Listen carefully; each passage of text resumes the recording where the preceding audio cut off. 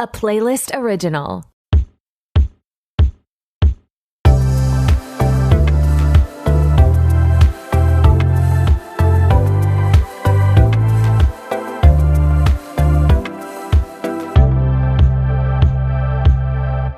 Hey, what's up? It's your host, Tori, and who is ready to be petty? Welcome back to another episode of RTBP. I'm so glad you're here, and hopefully I've uploaded the right episode. Last week I uploaded the wrong one, left my house, was enjoying my Sunday with my parents, and then a billion people messaged me, which also God bless. If I ever do that again, please message me. But a few people messaged me when they're like, wrong epi, and I was like, oops. If you haven't listened to last week's episode with Emps, please go refresh your Apple Podcasts or whatever, re-download it, and it should be the new episode, or it's on YouTube. And I think the Spotify one, you can do the same, refresh and download. It should be the new one. But oh my God, so dumb. But thanks to everyone who pointed it out to me. Tonight is Wednesday. I'm recording the intro, outro, and I had all these plans to be super productive. Honestly, this whole day, but especially tonight. And then I put on a movie, which I never do. And I ended up making Eras Tour bracelets for fucking 4 hours. Literally. I started at 4 p.m. after I finished work, and then I looked at my phone. It was 8 p.m. I hadn't made dinner. I hadn't moved from the couch. My legs were sore from sitting too long. It was so bad. But let me know if you're going to the Eras Tour Seattle show night 1. I'll be there, and so will Jenna from Date Card Pod. And I was just on Jenna's new podcast, Supermassive Twilight Hole, this week, and it was so much fun. We talked about Robston, which if you don't know who that is, it's obviously the portmanteau for Robert Pattinson. I was going to say Rob Patterson. Robert Patterson and Pattinson and Kristen Stewart. Obviously, y'all know I was a big twihard, but I was also obsessed with their relationship. The magazine cover, it was Entertainment Weekly or something like that, where they're holding the apple and they're both in white, flowy, he's in a shirt, she's in a dress. Truly changed my mind. It's ever ingrained in my brain. And I loved following their relationship, the falling out, the PR, or not PR of it all. It was just so much fun to follow. And somehow Trump is involved. It was just such a fun episode.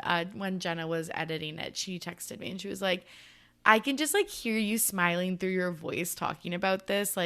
It's so fun, and we're both so passionate about it. And I'm like, I fucking love that. That's truly why I started podcasting. I love when myself, or when someone's talking to you and you can just hear their passion in their voice and them smiling through, in this case, the microphone. But I just love that when people have found a passion in their life, and mine happens to be Twilight. So go check that out. Supermassive Twilight Hole.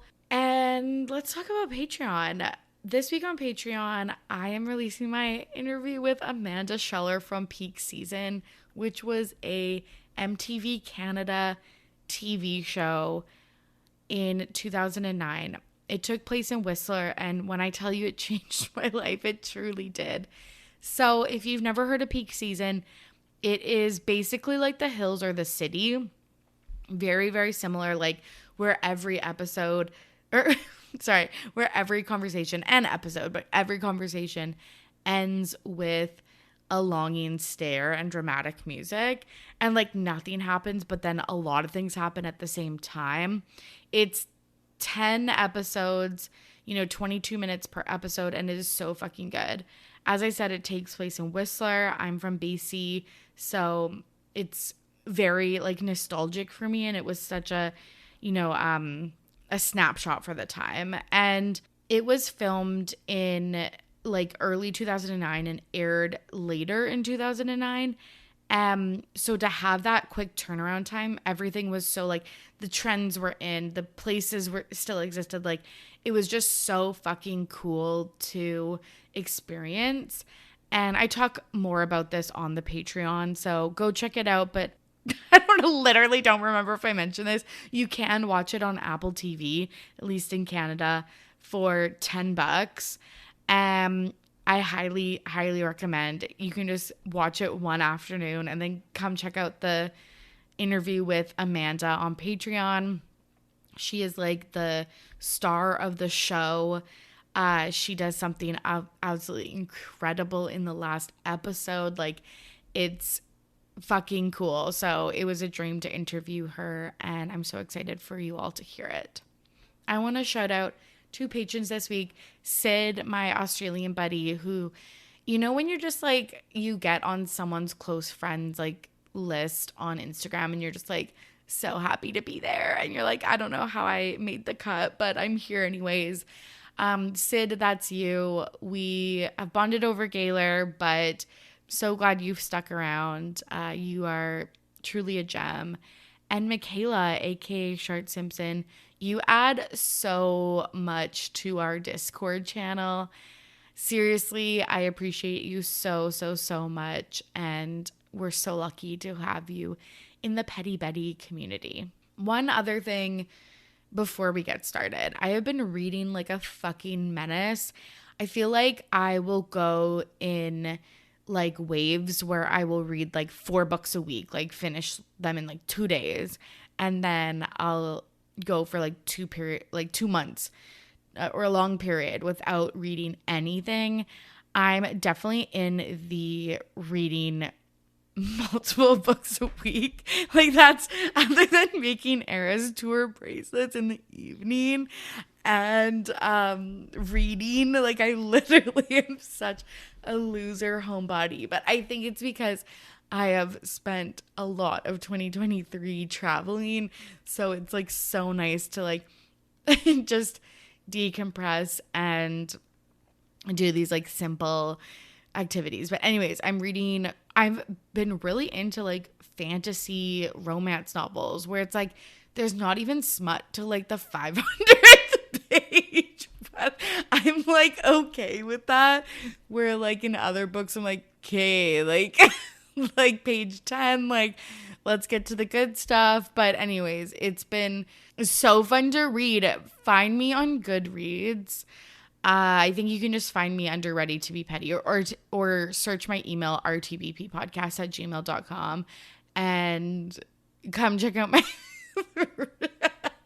reading list. And again, I swear I'm a feminist, even though my reading list doesn't look like that. But oh my God.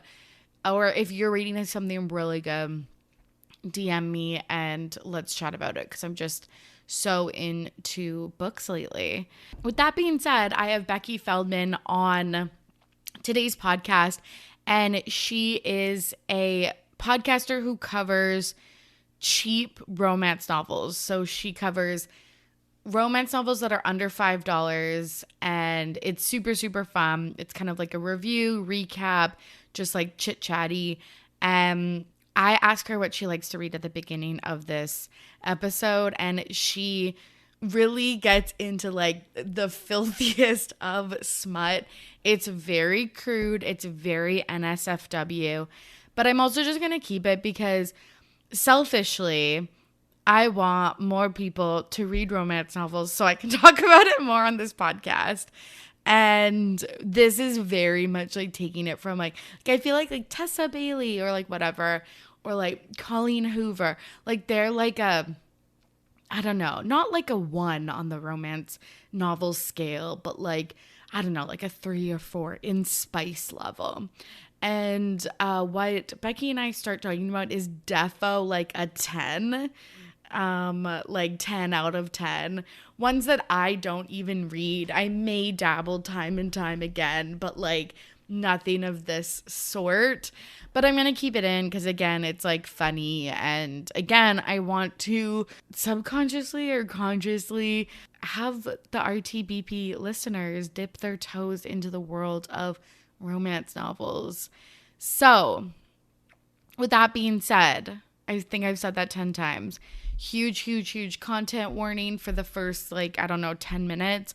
But please use the timestamps. I timestamp all of my episodes by topic, or even like when the guest starts chatting with me, if you want to skip these intros.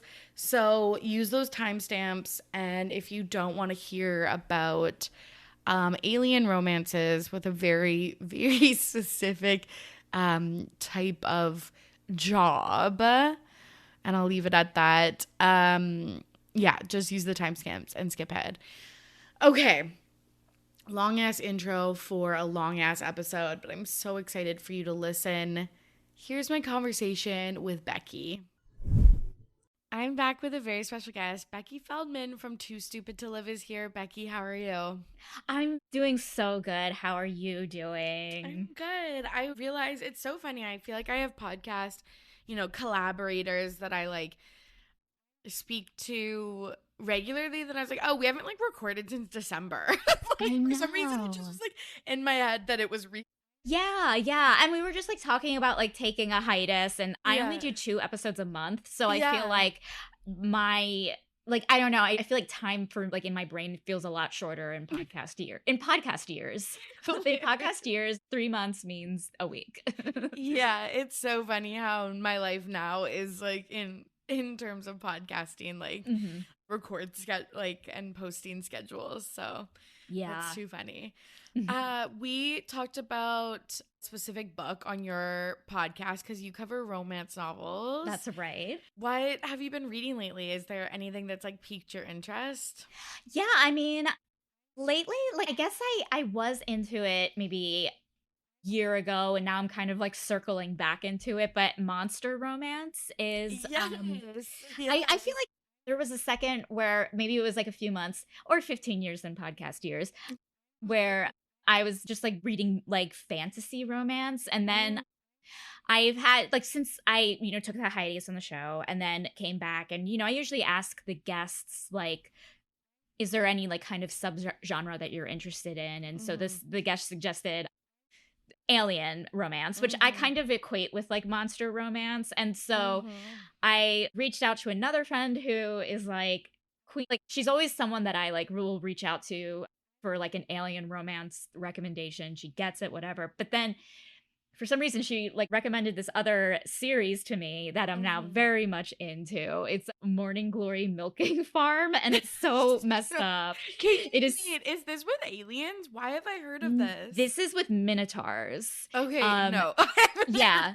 But like there's Ice Planet Barbarians, which is with like aliens, and that's like the big thing. Okay, and then I just finished reading for my podcast episode a book called Renegade Love, but this like a recommendation from the alien loving friend of mine, this Morning Glory Milking Farm, just it will kill you. Like I don't even speechless. Like the whole series, like it just blew me away. I mean, it's like it's very, it's about minotaurs. It's about like minotaurs who donate their ejaculate. Say that. Okay, say that. Okay, I don't know. I was like, who listens? Like, I don't know why. He listens to this. My mom said she's like behind on episodes, so like, get ready, mom. Yeah, just put it all in here. Great. Yeah.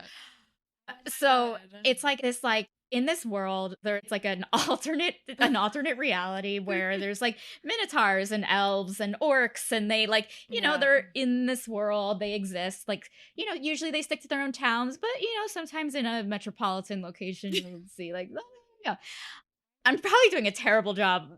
No, this is amazing. So basically, like in this world, this woman gets a job working at this like milking farm. And in this world, Minotaur jizz has a lot of like nutrients in it, and pharmaceutical companies are collecting it to kind of like make bank on using this nutrient rich capitalism at its finest. Yeah. Here's the thing, the book is not about that at all, but it would be like fascinating if it like if like the author was just like, I'm gonna just like not do romance, I'm just gonna write a series on capitalism, kind of like what Dopesick was on Hulu. Needless to say, a woman takes a job and she, falls in love with that world, falls in love with a guy that who's like a regular, that she like their job, they're like jerking off nurses. So that's what it is. It's like the whole book is just it's like a lot of it's very hand job. Because they don't have or they have hooves. Well, they have hooves, but I don't know why. No, they have hands. They do have hands. Yeah. Minotaurs like are humanoids. So it's like so they can jerk themselves off, but I don't know why they had to. Yeah. Okay, that's a plot hole. That's a plot hole right there. You know what? It didn't faze me. But it's just they go to this like, I guess it's like kind of like a research facility or like a medical research facility, and it's like kind of like, I guess kind of the equivalent of like going to a sperm bank here or something, except they're like I'm telling you, gallons of ejaculate per session. This is just the way the world is in Monsterland. Like, man, there's a lot inside them. And boy, is there a lot inside our main character. Eventually there's a lot inside of her. It is just the genius thing is, I could talk about this book the whole time, but the genius thing is the love story of this book, as filthy and like, insane as it is, the love story itself was like a Hallmark. It always is though. It held up. Like and it's like I was rooting for them, and it held up like a Hallmark style. Like he was a really good guy, and she was a really I'm dying. Oh my god. Yeah. That's why everyone needs to go check out Becky's podcast. It's so fucking funny. And this is why I love romance novels, and like there's such a, I feel like, stereotype about what a romance novel is, but like this is so funny and creative, and I feel like I always read monster or fantasy or whatever when I hate men. Yes. I'm like, oh, me too. Okay, like, okay, well, I can't read this week. No, go pick up a monster novel. I truly feel like, and like I could talk about this forever, but like I feel like monster romances and like alien romances, like they're so wild, they're crazy. 90% of them is for the crazy sex, but there's like a 10% philosophical argument there that like does make you think like, yeah, patriarchy really is like, taking control of our lives. And like, do I really have free will, or is like free will kind of like established in my brain by a society that's been formed by men? And then like, of course, the next page is like Minotaur jizz flood. You know what I mean? But it does make you think about society a little bit if should you want to, should you? It's like Animal Farm. Yes. And like, there's always like, I feel like the lead is always like upset, like think women are like goddesses, and like if you need a book that it's just like you'll be treated like a princess. Yes, because like in a lot of these books, these monsters or aliens or whatever, they have been raised in their own world, and they just don't understand human society, and they are so confused where they're like, what do you mean the females of your tribe are treated lesser? And they're like, and it's like they're so confused. They're like these little like, alien baby brains, like just trying to understand. And it makes you realize how hypocritical you've been in your whole life, Totally. And then it's like 90% alien sex, but at 10%, man, gets you thinking. Like, how did you get here? Like, think of like fucking Tarzan and shit. Like that's like one step below that. Exactly. Yeah, it really is like it's a good anthropological study. It's like Tarzan or Enchanted, or like any of those movies where the prince, Kate and Leopold, like where the main character comes from a different world. Exactly. Yeah, it's like basically it's your fish out of water comedy, if anything. Yeah. So funny. And if you ever need a good laugh too, like I don't think I've ever laughed harder than reading one of those books like by myself, like yeah, where you have to like close it for a second and just be like, where did I like, how did I get here? But yeah, like I read like my phone a lot because I just have the Kindle app on my phone, and I obviously today I was online because I wanted to prepare for the show, but usually like while I'm waiting in line, like I try not to look at Instagram and Twitter too much, and so I'm like reading a book, and I just like every time I'm in line for the pharmacy and it's like always a long line, I'm reading the most insane sex stuff. And I'm like giggling to myself as like, and I'm like, what do all like I know no one around me is thinking about me, but it's like, isn't this weird? Like there's a lady and her child here, there's an older couple behind me and they're living their lives. And here I am I literally just read the craziest shit about a minotaur. Yeah. No, I think that too. I love the TikToks of like girls reading romance novels on like a train or something like that, and their face are just like deadpan, and they're like, "If you only knew" or whatever what I'm reading. Like, yeah, I get it. Because it's always like, don't smile, just pretend you're reading the Iliad or something or whatever. Oh, what are you reading? And you're like, it's like a really good book Yeah. about the history of Yeah. the animal. It's a mythology book. So funny. Oh my god. Yeah. Okay. I could talk about this forever, but let's get into our let's get topic. petty. We gotta Yeah. get petty. Yeah. Yes. Okay. Today we're gonna talk about Kylie Jenner on TikTok, Kristin Davis, and like plastic surgery type things. It's a little bit of Lala Kent in there, Leah Michele, Sam Ashgari, and then Becky's gonna nominate a Pettyweight Champion and share her this week in Petty. So Kylie Jenner, I feel like she's like out on the town. Like these last couple months, I feel like I think I talked about this in my last podcast, but like she kind of was like pretty offline, it seemed, for a Kardashian. But I feel like now, like, we all know her baby's name. She's posting pictures of his face and stuff like that. She's a little bit more in the, I don't know, just the pop culture sphere. And she's like posting pretty regularly on TikTok, and it's super, super cringe. Yeah. The tipping one. So basically, like, she's known for, she's known for being a terrible tipper. Like, that's not what she's known for at all. But like, kind of. But kind of, yeah. Like, just, it's like something like I live out in Los Angeles, like, and I know that the grind and just like seeing like bad tippers, like for some reason, just like, really gets me. And so basically they were like, what are your red flags? And it's like someone who doesn't tip. And I watched that video again and again to see her facial reaction. I don't get it. I was like, what's the subtext here? Of course I was looking into it, Yeah, but much. she seemed to be like, oop, like a little clenched, like I feel like she, or like trying to be deadpan or something, but there was, I feel like a moment of recognition flashed across her face, and she was like, oh shit. Because, so Kylie Jenner I feel like had stories, well, like truly has had stories since 2017 that she doesn't tip or is a poor tipper. Same with Kendall, same with Hailey Bieber, like all of these kind of, girls in this kind of group. But there's like stories as recent as 2022. And so, yeah, she did the red flag filter. No tipping's the first one that comes up. Don't you just like press delete and like try the filter again? I know. And it's like, I am a normal person who like adorably insecure. I care what everyone thinks about me obviously.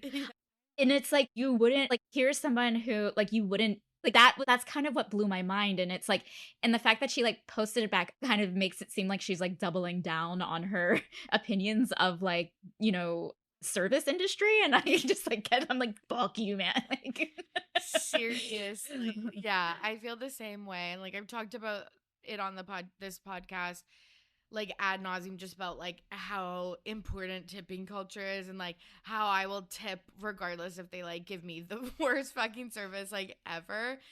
But like, and if that came up on my filter, I don't even know if I would post it even if I didn't have that reputation. Like, yeah, it's just kind of cringe. Like the other ones that she got, so she ended up posting like 1 billion more TikToks with the same filter. The other one she got was like sweet tooth, oversleeps, no profile picture, and it's like, post that one. Yeah. Although she did post one that is also kind of haunting me, where it's like picks nose, and she said sometimes. And I'm like, okay, would you rather be with someone who doesn't tip or someone who picks their nose? And it's like I think both are disgusting. Yeah, that's like a really good would you rather. I know, because it is, like, yeah. Okay, so it was doesn't tip, and she was like blank face. And then it was like sleeps with socks, and she's like, no. And then it was like pinks their nose, and she's like, sometimes. It's like, that doesn't bother you? It's booger. Like, I mean, like, whatever, mucus is natural. Like, I have a niece, she's 2 years old. She just discovered picking her nose, and it's like, discovered it can be a thing she does, and it's like it's disgusting, but also like cute, we've all picked our nose, whatever. But like the fact that like she doesn't see that as in terms of a potential like mate, in terms of a potential like partner, as like a disgusting habit that's like not as disgusting as expecting tips. Like, where's your brain? Yeah, 100%.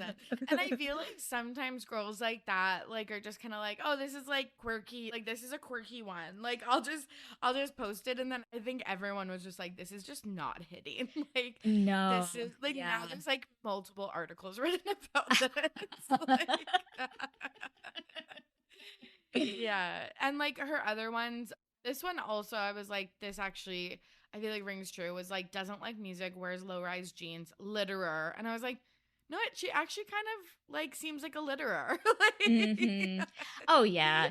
And if like there's someone picking up her trash for her, and then she can say she's not a litterer. You know what I mean? Like, totally. That's like kind of like this society that we live in. You know?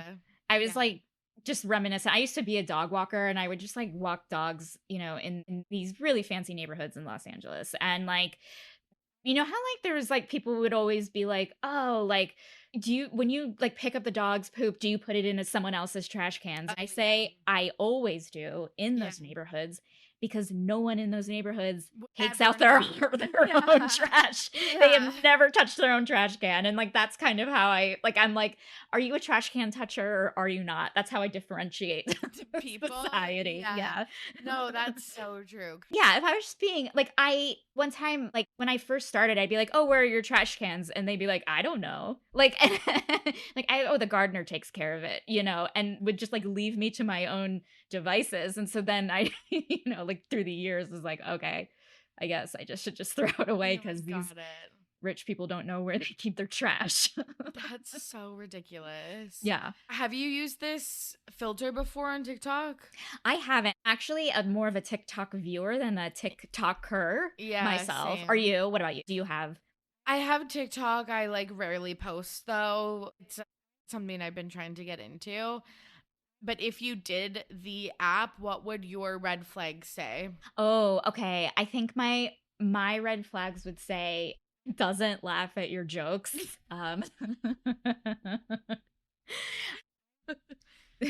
Like, doesn't laugh at any joke. Doesn't have any other friends. So basically, serial killer, psychopath. No, yeah.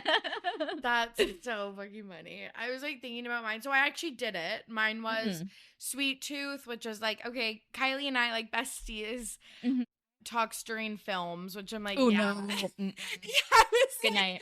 I feel like I am that girl. If it's not like, if we're not watching like a fucking, I don't know, cinematic masterpiece, which I don't watch anymore. I just watch shit movies. Like, I feel like it's fine to talk to me. Oh, it's different. But I'm thinking like, you're going to a movie theater, you're spending however much money it is to get a movie. $14 or something. Exactly. There's other people around.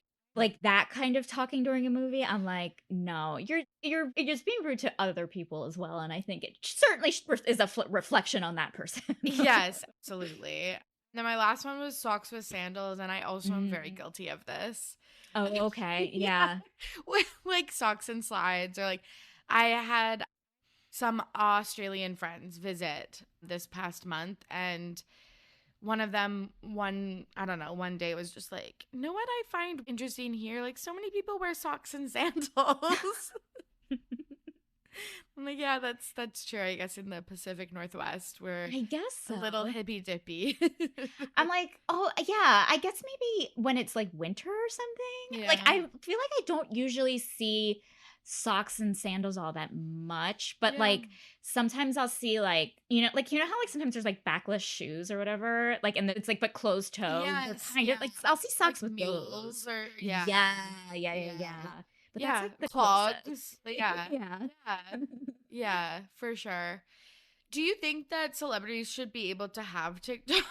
I mean, that's such a huge, weighty question. Yeah. It's like I feel like I wish that there was like kind of like you know how like there was like a college orientation before we started classes, and it's like I think there needs to be like a celebrity orientation of like what do you as a celebrity want to pretend like you're normal and Yeah. like you're just like cool and you're hanging out, like you need an orientation on like how to post, how things come across, Yes. like you need people. And I think like this you also like need people in your circle to be like, don't do that, you know what I mean? Which like again, not that it's like we shouldn't be, I don't think we should be blaming other people, but I just wish there was just like hey, so you're famous, read this manual real quick before you post Truly. anything else, you know.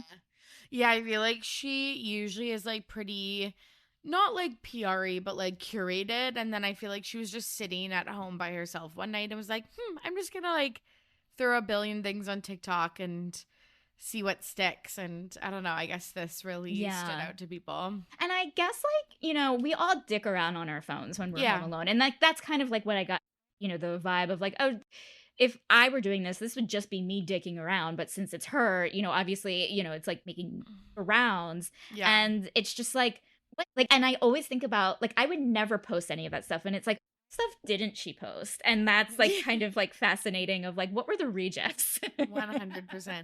Do you think she knows that she has a reputation, especially like for the one that is relevant, like the no tipping? Like, there's no way that hasn't come up in like management meeting. Of course. And I mean, like, and if she's like checking, if you're like at all Googling your name or like checking Twitter or whatever, like, I mean, weird when like you say you're on social media all the time, but then say you don't pay attention to it. You know what I mean? And it's like, I think you know what I mean? Yeah, totally. Yeah. I would be surprised if there was any celeb that like really didn't know. Like maybe some small rumors don't get to them. Like I feel like, general perception things, it would be weird for them not to know.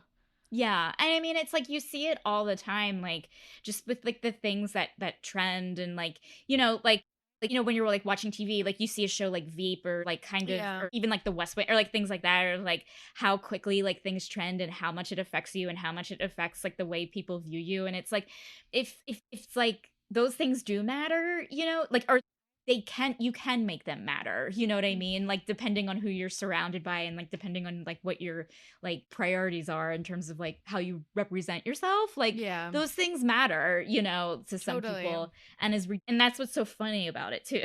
Like, society is so funny. Yes. Yeah. No, you're totally right. I don't know. It's just funny how that like things like this make the rounds. Then I start thinking about myself. I'm like, you're really talking about a person that you don't know ever, like that you'll never meet, that like doesn't well at a restaurant. Like, I don't know, it's so weird. It's so weird because it's like I was listening to your podcast today and like I know like it's like, oh, they are human, these are human beings, they are flawed, we are so flawed.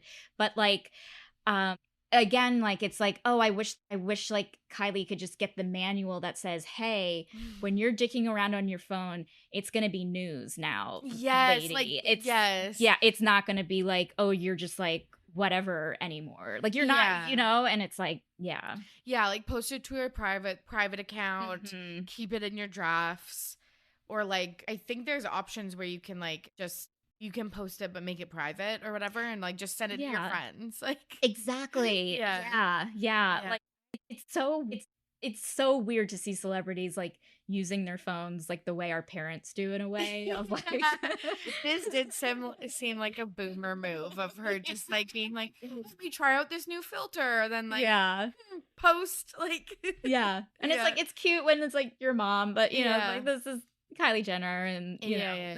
Totally. Okay, well I guess we'll see if she like keeps posting or like not, but it's definitely interesting. Like again, this seems more intimate than like when celebs would like shit post on like Twitter or something like that, just because we can like see her live reactions. So yeah, we'll see if she keeps posting. Let's chat about Kristin Davis. So Kristin Davis, obviously, she's most known for her role in Sex and the City as Charlotte York. Did you watch Sex and the City? I did, yeah. Yes, okay. I feel like that makes sense. Me too, huge fan. And I was like, it's really tough talking, I feel like, about plastic surgery because I feel like it's such a delicate topic that I always want to, do it with the most care and respect. But absolutely. And just like that came out, I feel like one of the first things that I was like, oh my gosh, Kristin Davis has got fillers in her face. And like, she looks like in some ways just like herself when she filmed and like when she was 30, and then but it's like 20 years ago. And in some ways I'm like, I think to me personally, which again doesn't matter in the realm of her, I was like, okay, you maybe overdid it a little bit. And it was like quite, I feel like, jarring. And she talked about fillers and Botox, etc., in a recent article with Telegraph, which I thought was nuts and so refreshing because I feel like no one talks about this, especially people where it kind of maybe went a little bit wrong. So she talks a little bit about that. So she says, it's hard to be confronted with your younger self at all times, and it's a challenge to remember that you don't have to look like that. The internet wants you to, but they don't always want you to. They're very conflicted. I thought this was so interesting because I didn't really think about this before, but like it would be so hard if you were in a zeitgeisty like cult 2000s TV show, and then that like everyone sees this vision of you, and then you essentially like come back as the same role 20 years later. And I just didn't really think about that. Like, that must be so hard. Or like, even if you were like just like Julia Roberts, like I feel like everyone has like the pretty woman, version of her in your head. And like, I feel like I just didn't realize how difficult that would be. Yeah, because it's like, it's also a matter, I think, of them working as well. Like, if people are like pitching a movie or a TV show or whatever, and they're like, oh, I'm seeing like Kristin Davis, they're seeing Charlotte York. They're not seeing her as a versatile actress. And that's just like kind of the way it is. Like everyone has like their wheelhouse or whatever. Yeah. Interesting, because like, I think I'm kind of like you. I'm kind of like, everyone should do whatever they want with their own bodies, like, plastic surgery or not. Like, you are in charge of how you want to look. And just like that came back on, I will say I did notice a difference, her face. And I got mad at myself for doing that. You know what I mean? Because it's like, yeah, like it was like a reflection of me of like, I know. Why am I doing that? And it's like, and I know everyone else is like, all of my friends were like, did you see Kristin Davis? You know what I mean? Like, yeah, it was there, but like, yeah, I just think there's like this, like really like, materialistic subconscious part that just like, sometimes like makes itself known. And it's like this really bitchy side of you. And then you're like, oh wait, no, that was bad. I shouldn't have thought that, Totally. Yeah. And it's, and it sounds really judgy, but like, again, if I'm really reflecting on, like, it seems like pity, but it's like, we shouldn't be pitying this individual. We should be pitying, like, again, like the larger message that we get from people that say we at fucking 50 have to look the same as we did at 30. Like, that's so insane. Yeah, and I think like where that thought that it comes from, like maybe the kind of this like more cruel thought I had thought towards Kristin Davis, like comes from that kind of like that pressure of fear. Like I'm like, I am gonna look that way, and I take it back, I do look that way, like my skin has aged, I am aging, we all age, and like it's a thing. And I think like, oh, it's something that like, this isn't about like, it's something that like we as a society just like cannot accept, Truly. and I think that's like that's the danger here, is just like not being able to accept that bodies change and faces change, and where there's such a emphasis on youth and nostalgia, and like it is permeating so much. Totally because like, also, this is one example, but like I could say that I had the same reaction with like Courtney Cox or Renee Zellweger. Like Mhm. when I was thinking, I was like, oh, this isn't like a one-off. Like this happens all the time to women in Hollywood. Like it's so wild. Yeah. Yeah, so she said first started off with Botox, then did fillers. She said, I've done fillers and it's been good, and I've done fillers and it's been bad. I've had to get them dissolved, and I've been ridiculed relentlessly, and I have shed tears about it. And that also was another thing that I was like, you think you're just saying something on the internet, like myself included, but then you like, when you realize that it could possibly hit like the like ears of Mhm. person, you're like, oh damn, like shit, I really gotta like, I don't know, be kinder. But yeah, so she said she had some lip fillers and her friends told her like it didn't look good, so she like dissolved some of them and stuff like that. But and again, no shame, I have fillers in my face, so I always want to preface that, because if people don't listen consecutively to my episodes or whatever, again, no shame in our game. No. Yeah. But on like a related note, Lala Mhm. Kent of Vanderpump Rules Mhm. was on Watch What Happens Live this last week, and she posted a picture of herself to Instagram, and her caption she wrote like where her clothes were from and stuff like that. Yeah. And then she wrote, smoothed out my skin with Facetune, brightened my eyes, and smacked my teeth with a bit of whitening with the Snow app. And people are like blowing up, being like, oh my God, like how refreshing that you're like admitting that you're like photoshopping your picture. Yeah. I don't know. I'm sure other celebs have done this, but it just Mhm. seemed, I don't know. What do you think? Is it refreshing honesty, or are you just like, yeah, we knew that it was probably Facetuned? Like, I mean, I guess like there is something like refreshing about it, like to me, of like, okay, she's like owning it a bit, you know what I Yeah. mean? And like, so I guess it's refreshing.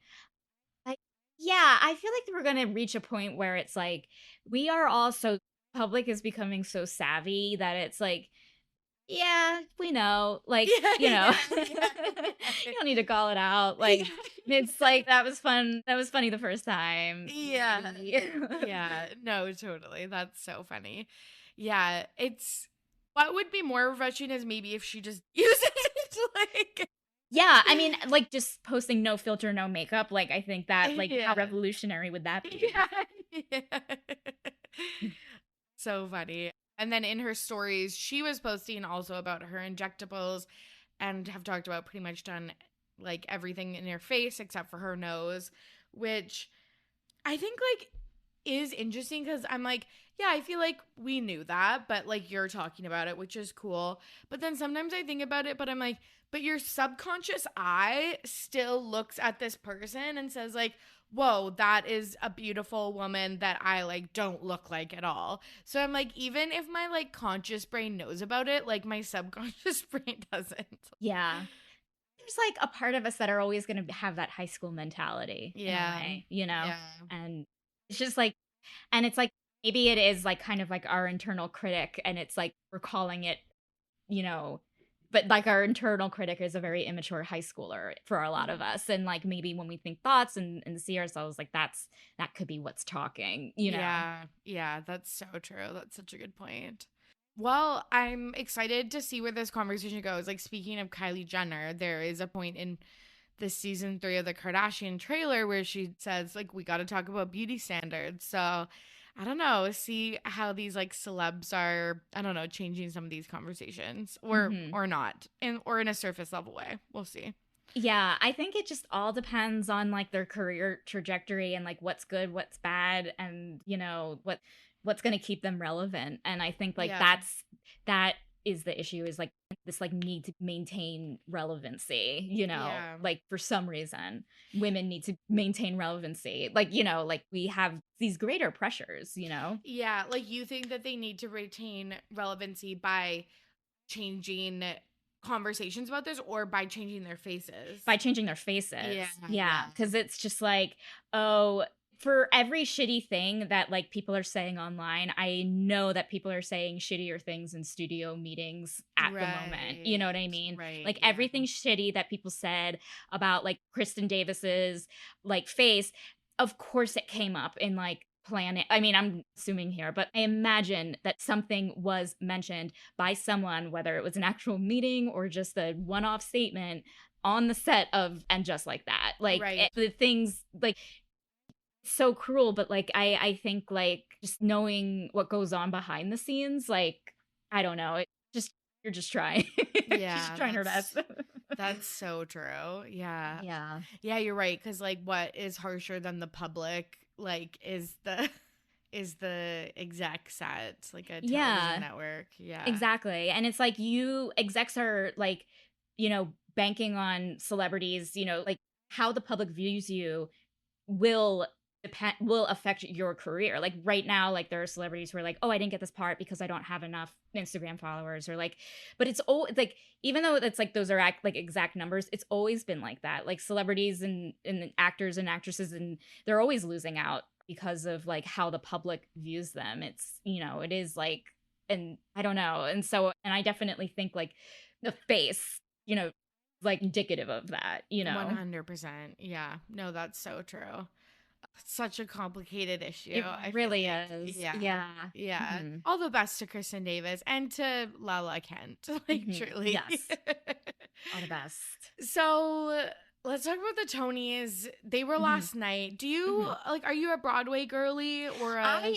I loved Broadway like in high school. I was like a theater kid in high school. I haven't, Nice. just because I haven't seen like a Broadway show in years, because I haven't been to New York in years because of pandemic and things like that. But yeah, I do love Broadway and theater and stuff. Yeah, me too. Like, definitely think at a like layperson or like, Mhm. I don't know how to describe that, but like definitely not like a Broadway head, but like Right. I feel like I appreciate it. Yes. And yeah, last night was the Tonys. There like tons of TikToks and tweets and stuff like that about Ariana DeBose doing the hosting with no Mhm. writers. So it was Mhm. unscripted and lots of powerful speeches and all of that. But something that caught my eye, because we've been covering Leah Michele and her, tumultuous Mhm. career over the last couple of years on the pod, Alex Newell, which was one of her colleagues on Glee, won Best Featured Actor in a Musical for their role in Shucked. And they are the first openly non-binary person to win. And they talked about in their speech being like a queer, Black, plus size person, and how that was just, really breaking the mold and historic. And Leah Michele was in the audience watching, obviously. And this is the third person from Glee that has won a Tony that's not Leah Michele. And I'm just Mhm. LOLing a little bit. Yeah. Yeah. It is a shame for Leah Michele.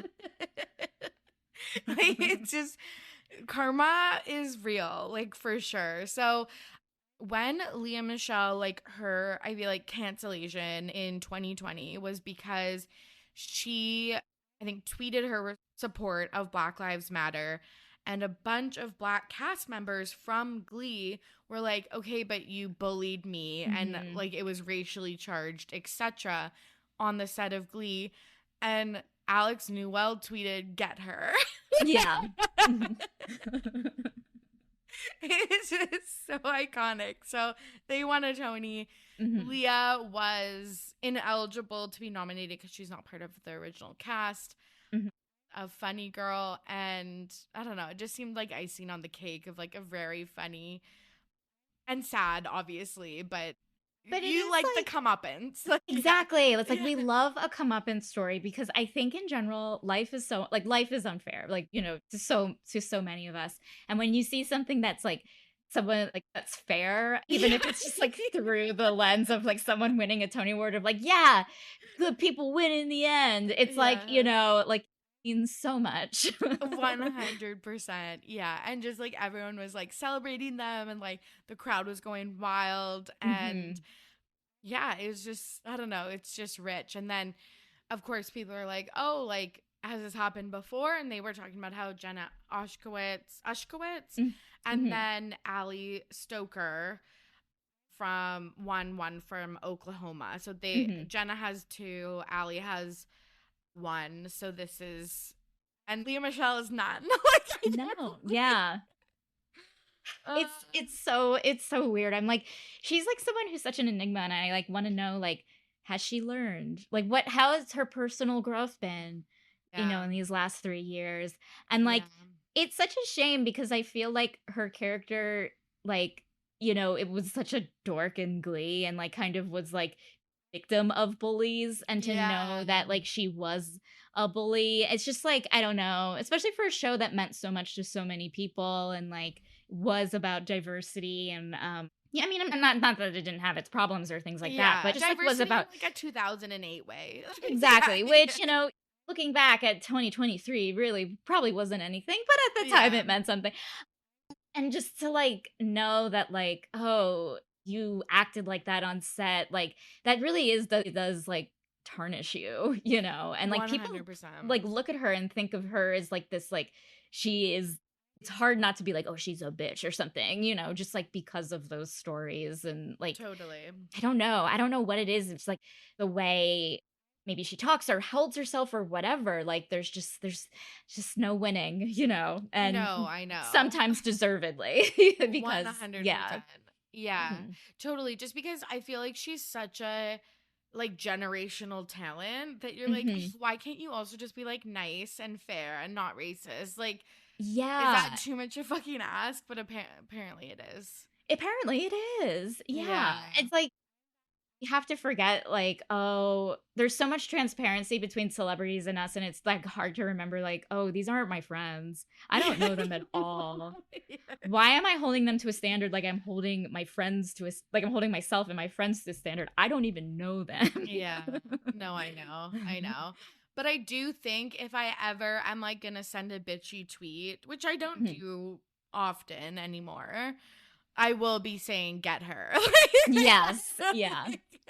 If that's the one takeaway. And obviously congrats to Alex Newell. But like if that's, oh my God, of course. Yeah. And like it's just, anyway, I am all for anyone's comeuppance. And I'm like, it feels like, I don't know, like it feels like Leah Michele hasn't had like chance to redeem herself, and she's like been given all of these chances, and like it's like, I know it's like a thing, but like by you just like kind of staying behind the scenes a little bit, like, I don't know, it looks like you don't care, and I don't know, it's like hurtful. No, I know, it's like almost worse that she just like kind of moved like fields basically, and then just like is fine, I guess. So that's why I was again just like loving this there was someone who knew, and it was like us on Twitter, like yeah. My God. Okay, let's move on. Okay. It was Britney Spears and Sam Asghari's 1-year wedding anniversary, and he posted a bunch of unseen moments from the wedding. Were you a Britney girly growing up? I was. I really enjoyed her music. Like, she was kind of big when I was like middle school, high school. So I feel like I was like kind of like the perfect age for like her when she like came up. I think like there was a while like, like in her later years where, like kind of her later albums I like really get into until like honestly 2 years ago, because I saw this show and they were playing a lot of like her songs from like Circus and like, things like from that era. And I'm like, this music's really good. I can't like, I feel really bad. And so like, it was like 2 years ago, I did like a Britney catch up.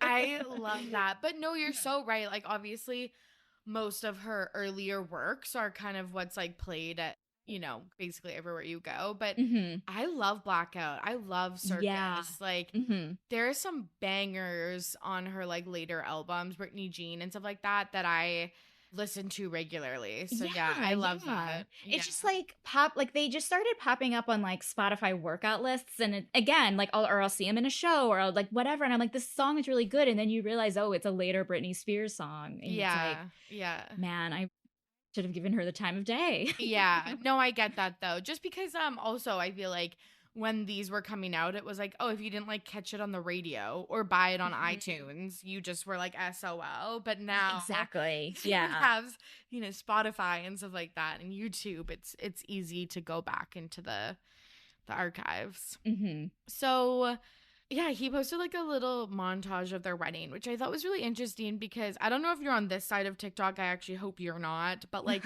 some people are saying that their wedding was like fake. Mm-hmm. And this is part of the like Free Britney movement that like is starting to get a little QAnon. Yeah. Yeah. And you're like, okay, guys, like, we got to reel it back. But like, I also get it from a perspective because it's like, I feel like people thought like when people talked about the conservatorship, they were like, no, that seems so far-fetched that can't be real. And then it turned out to be real. So I can see how people are like kind of in that headspace. But yeah, so people are like, her wedding was fake. And like, I don't know, like there's always a part of me that's like, leave the like 1% like open that's a possibility just in case. But yeah, people are like, it was filmed on a green screen, citing that her makeup looks different from like different pictures, and that her guests, like I saw a TikTok that was like cut from like Paris Hilton, Selena Gomez, and Drew Barrymore interviews. They said like the same kind of stuff about the wedding. So people are like, that's weird that they said the same stuff. And I was like, that's probably all they could really say about it. Like it's probably not that deep. But I was like, okay, Britney truthers, like here's some unseen footage of like their vows and their wedding rings and even Paris Hilton with a sparkler sending them off for their like honeymoon. So I was like, take that. Yeah. Because sometimes you just gotta like, especially with celebrities, you gotta Occam's razor it, you know, like where it's like, just like the most simple explanation could be it. Like, can you imagine putting together a wedding in any shape or form? I'm not married. Seems like so much work. So Putting much together a fake wedding seems like 3 times the work. And why would you do that to you? Like, why would anyone overexert that themselves that way? 100%. Like, I was like, this just like can't be the case. But again, I'll leave that 1% open. But like, yeah. And we also got this detail that I thought was really cool. It said Britney walked herself down the aisle. She looked absolutely stunning in her main dress. That's so fucking cool and badass to walk yourself down the aisle, especially after, love that. Like, what her father did and stuff like that. Like, that just seems so empowering. Oh, yeah. It's very, like, momentous, and it's, like, I don't know, like, you know, you reach an age, like, kind of where it feels like all of your friends are getting married, and, like, you kind of, like, see these, like, wedding traditions at different friends' weddings, and you, like, realize, like, oh, this is, like, really... their parents are still walking them down the aisle or like, you know, whatever. And it's like, oh, this is like so weird and we're still doing this. You know what I mean? And like just even walking like down the aisle is exchange. Exactly. It's all like, they're just like, and it's like, I get it. Like wedding, like I love going to weddings. They're so fun. But like sometimes like when you see these like traditions happening and it's like, oh my God, so archaic. I know. Sometimes I'm like, don't read into it. Don't read it. Because even the like wearing white to like prove your virginity or whatever, or like symbolize your virginity.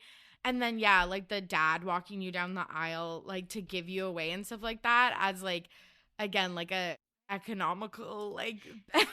I know. And it's like, like I do know that like sometimes like I have a friend whose father wanted to walk her down the aisle. And that's why. Whatever. And it's like, what is she going to do? She's not going to get into like, she's planning a wedding. Why get into an argument about like, you know, the politics of, you know, like, you know, father, daughter, whatever. Her dad just, you know, and so it's like, oh, okay, maybe when people plan weddings, it's usually for their families in addition to making their dream weddings, because just to avoid any family drama. Yes. It's like a reason, by the way, that I just refuse outright to have a wedding. Because like the family politics of it is just a no for me. And I have like a pretty like low-key family, but it's just a no from me. Yeah. And it's like, just even like my my brother and sister-in-law, like, they got Zoom married over the pandemic, but they finally Yeah. had, like, their wedding party. Nice. And all it was a party and at a restaurant. And even putting that together, they were so stressed out, you know? And it's like, because like you have to seat people and this and the schedule and this and and I'm like, oh man, even the Totally. smallest thing is stressful. 100%. Because even I feel like when I was younger, I'd be like, oh, I just, want to throw a party or do like a big picnic or something. And then I was like, oh no, but like a picnic for like 50 to 60 people, which seems like a lot. But then if you think of like, you know, you and your partner's like closest friends or whatever, and then family members, like you're easily getting up to that number. Yeah, I just was like, no. I can barely plan a lunch with 2 people without being like, oh God. And it probably says more about me than like the society. But yeah, just like literally me though. Yeah. Yeah. Well, cheers and happy anniversary to Sam and Britney. I really hope that everything, I don't know, is going well, that they're in marital bliss, wedded bliss. Agreed. Okay, let's move on to Pettyweight Champion of the Week. This is the part of the show where Becky is going to nominate a Pettyweight Champion of the Week, someone in the media who did something petty and it was iconic.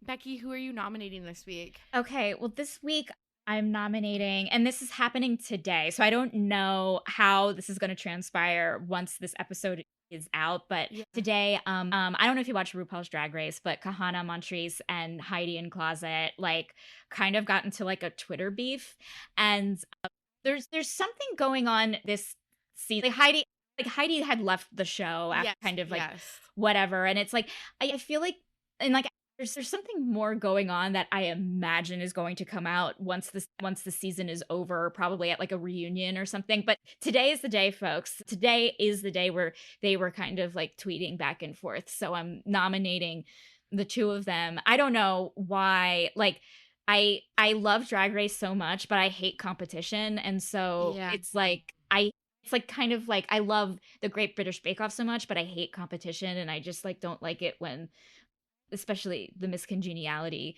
you know, gets involved in a riff with someone. I want everyone to be friends and get along, is my point. Literally me. So what is happening on Twitter? So I see Heidi in Closet liking this tweet from Norway. Girl, Kahana, you live in Vegas. Okay, so they're talking about money. Yeah. Doing my own gigs, my own basically good credit, that gingivitis, halitosis, breath fixed.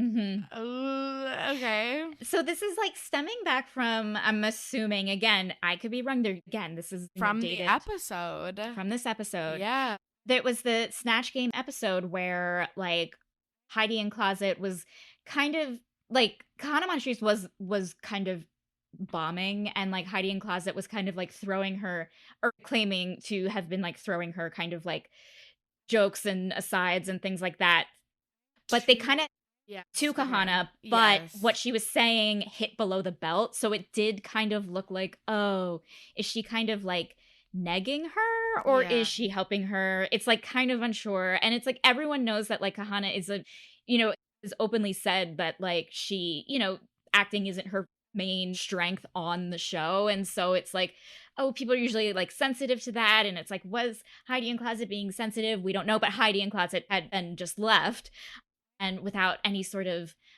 well, you know, I mean, she said that she was like stressed out and whatever, and like it was just the competition was getting too much, but I don't know, there's something else going on. There's I don't know something what it is. else. And Heidi posted some screenshots of text conversations, and I always say, like, if you're posting text conversations, like, you are already losing. Like, because I just feel like it's like whenever you breach that, like, I just feel like no one is winning. But so yeah, it looks like basically Heidi had comforted Kahana after Snatch Game, and then Kahana's like, be very careful with me, full threat. That's another thing I'm gonna take, is just saying full threat.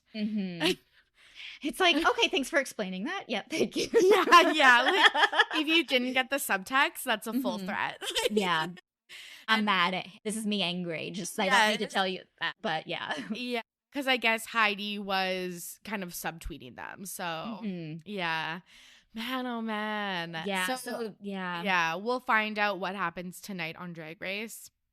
The girls are fighting. I know. I don't like it. I just again, I'm not a competitive person, but I love drag so much. And so like it's just like I just want to watch like cool makeup and clothes and funny songs and things like that. And it's like, oh, I don't want, but again, people live for the drama. Yeah. I the hide competition from it. I know the competition brings the drama for sure. I am one of those millennials who I'm like, everyone should get a participation trophy. We're all winners. Oh, Just like same. One of those assholes. And Me too.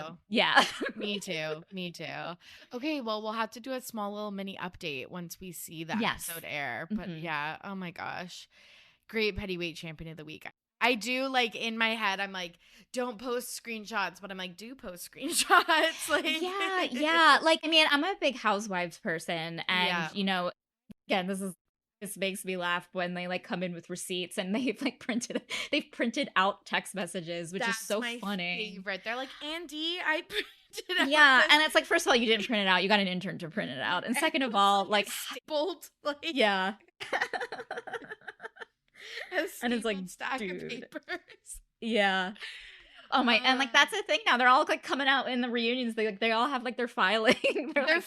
They're filing cabinets now. Like it's like, oh, someone's got some receipts. Someone's got something. Oh, that's so funny. Yeah, because they can't pull out their phones. I don't think they're like allowed or whatever. To have their phone. Always do, but it's just yeah. Like I feel like for some reason there's like some people who are like, oh, if I print it out, that means it's official. That means it goes in a legal file or something.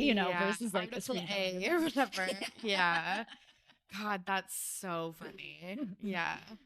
They don't do reunions for RuPaul's Drag Race, right? They do. They do like kind of like the week before the winner gets announced. They'll do a reunion for like the regular seasons.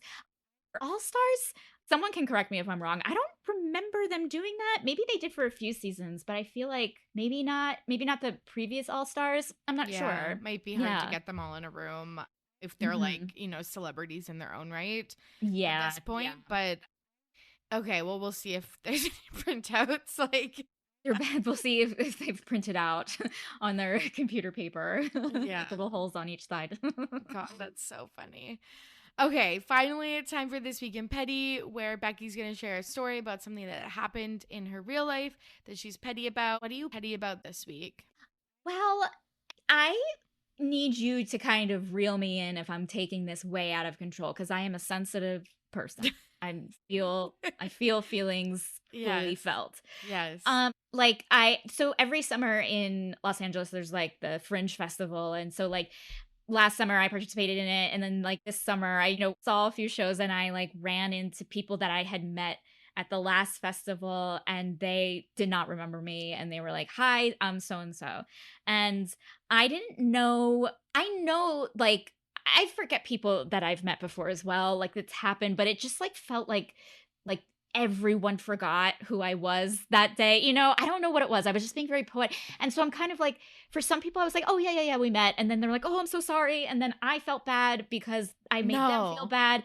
And then there's other people there's like another person who was like, oh, hi, and blah, blah, blah. And it's like, I didn't even say that we had met before because I just like, at that point you were like, fuck, yeah. Yeah. Like I never know what to do in those situations. Like I'm still learning about like human interactions at close to now 40 years old of like, oh, like, what do you say? Like, like there's some people who are full on assholes and will pretend to never have met you, like, whatever. But like, I don't know. It just felt like, I don't know. It gets to you, 100%.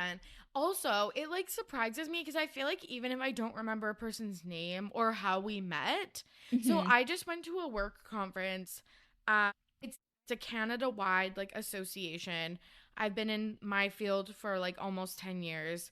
It was a 900-person conference. And I saw people at the conference that I hadn't seen or like, or worked with or whatever for like 7 years. But I still was like, oh, that's so-and-so from here. Like, so I think within a year span, they're just I think you're totally in the right. And I think also, like, I would say something too. Because then what about if you start talking and then they're like, then they come to the realization that they do know you. And that happened to me. Okay, so there's this this isn't like there's an acting teacher out in Los Angeles who like is well-known acting or whatever, like a lot of people know of his class, and he's known for kind of like being very ruthless and intimidating and scary. And this was like years ago, so I don't even know if they're still doing the class anymore. They're known for being like ruthless and intimidating, scary. They also work in casting, and I have a friend who's friends with casting people, and I had taken this guy's class and he scared the shit out of me. I'm easily intimidated. Like, someone's intense, like I'll cower. I will acknowledge that, whatever. We're the same person. It's okay. Exactly. Yeah. I mean, yeah. I will. I'm in this phase of like acknowledging my flaws. But anyway. No, totally. So, I talk a big game, but I'm the same person in real life. Yeah. So I'm at a party there's kind of like a small get together that my friend was hosting, and she's like, oh, I invited some of my casting friends, whatever. And in comes this teacher, and I didn't know what to do because like, again, like my body just felt like, oh God, it's him. I introduced myself as Beck, pretended like he didn't remember me at first. And then all of a sudden it was just like, you were in my class. And I was like, oh yeah. And so then I suddenly I started to look like the asshole who then didn't remember a teacher. Didn't care about, his class and it's like, you're just helping us with our career. You know what I mean? And so it was just like, always get in those situations where it's like, I make things so much worse. And that was, no, I never know what to do.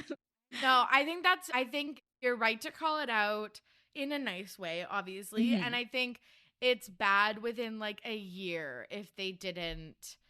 I think that's on their bad. I think also like I want to be the type of person that makes people feel like appreciated and like seen and like good about themselves. So like, I don't know. I just feel like I'm the type of person that like at least tries. Like sometimes it doesn't work, but like to commit people to fucking memory, like geez Louise, like I guess maybe also I will kind of give these people some grace just because like very nice people, very big in the artistic community, like they also like work with a lot of people and they kind of run everything, so maybe because they run everything and they're doing this and they're that, whatever, like I completely understand. But it's just like for me like when like how do you, I have no idea how to navigate it of like when do I say something or when am I just like okay, whatever. No, I get that because like both times I've been wrong. yeah I'm like, no, I get that because also it's like, oh, if it's gonna be like a 30-second convo at a party or whatever, it's very easily to be like, oh, nice to meet you, okay, see you later. But then it's like, oh, the convo continues, then all of a sudden the person realizes Okay, I want the listeners to weigh in and then I'll get back to you. Please. And if the listeners can just like give me tips on how to be a human being and a person out in the world, because I completely forgot I don't know how to talk to people anymore. This pandemic ruined me. I felt the same way. Like this was the first work conference I had gone to since 2019, like in person, obviously. Yeah. I, again, worked in my field for like 8 years. So like there's so many people that I've interacted with at some point or another in the last 8 years. And I was just like there was just a lot of times where I was like, I'm looking at my phone very intently and I don't see you. Or I'm like reading a romance. I'm like, I'm literally reading the most disgusting romance novel right now. Yes. To avoid this. Oh my God. Okay, I feel like that's the perfect way to end it. This is so much fun. Can you tell the listeners where they can find you and anything else you want to plug? Sure. Yeah, you can find me. My name is Becky Feldman, and my handles are Beckles212 on Twitter and Instagram. I have a podcast called Too Stupid to Live that you came on and was such a fun show, obviously, because you were there. Oh my God, it was so fun. And I still think about the book that we re-reviewed too. It really stuck with me. I forget the title. I just remember the sex scenes. I forget the title, but it's like, okay, but that's like me with romance novels. Is like I can't remember the title, but like I can remember every detail of the story. Oh my God, absolutely, yeah. I just remember she had like stacks of her kitchen broke and she got rid of her stove or something. Yeah, and she I had remember that. stacks of comic books. Stacks and of comic books. Yeah, it was her neighbor, and she like lived in pajamas. Yes. Yeah, and he like made her Yes. casseroles. Anyway, we loved the book. Forget this. Per usual. But anyway, so that's my podcast. And yeah, it's called Too Stupid to Live. And the handles for that are TSTL Podcast. Love it. Thank you so much for coming on. Thank you. And there you have it. Thank you so much for listening. And thank you to Becky for joining me on today's episode. I also want to shout out Playlist Studios for editing today's episode. I appreciate you mucho. Mwah. If you like what you heard, leave me a 5-star rating and review on Apple Podcasts and Spotify. And check out my socials at RTBP Podcast. And like I said at the start of the show, follow me on Goodreads. It's a good time over there. Okay, friends, I hope you are safe and healthy out there. As always, I'm your host, Tori, and I'm ready to be petty. See you soon. Bye.